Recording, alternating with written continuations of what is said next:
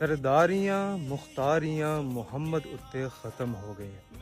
آج کل یہ نعت شریف آپ لوگوں نے دیکھا ہوگا کہ سوشل میڈیا کے اوپر کافی مقبول چل رہی ہے، اور ہمارے بہت سے ثنا خواں حضرات بھی اور ہمارے قوال حضرات بھی بہت شوق سے اس کو پڑھ رہے ہیں۔ لیکن یہ نبی صلی اللہ علیہ وسلم کی شان کے اور نبی صلی اللہ علیہ وسلم کے ادب کے کچھ خلاف ہے۔ وہ کس طرح کہ اس کے لیے میں آپ کے ساتھ ایک واقعہ شیئر کرنا چاہتا ہوں، جو صحیح مسلم اور صحیح بخاری دونوں کے اندر موجود ہے۔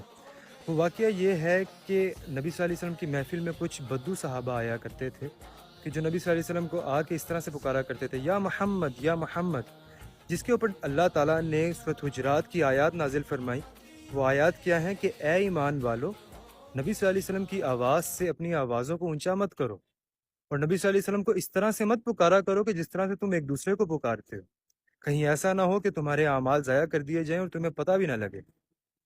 اس کے بعد سے صحابہ نے بہت زیادہ احتیاط کرنا شروع کر دی، اور صحابہ نے کبھی پھر نبی صلی اللہ علیہ وسلم کو ان کے نام سے نہیں پکارا۔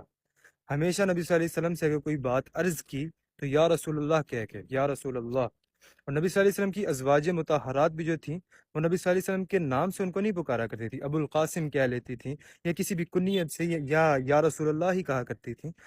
تو ہمیں اس چیز کے اوپر احتیاط کرنی چاہیے۔ میں بہت عزت کرتا ہوں شعراء کرام کی، ثنا خواں حضرات کی، لیکن عقیدت ایک علیحدہ چیز ہے، ادب ایک علیحدہ چیز ہے۔ عقیدت کے اندر بھی ادب کا لحاظ رکھنا بہت ضروری ہے۔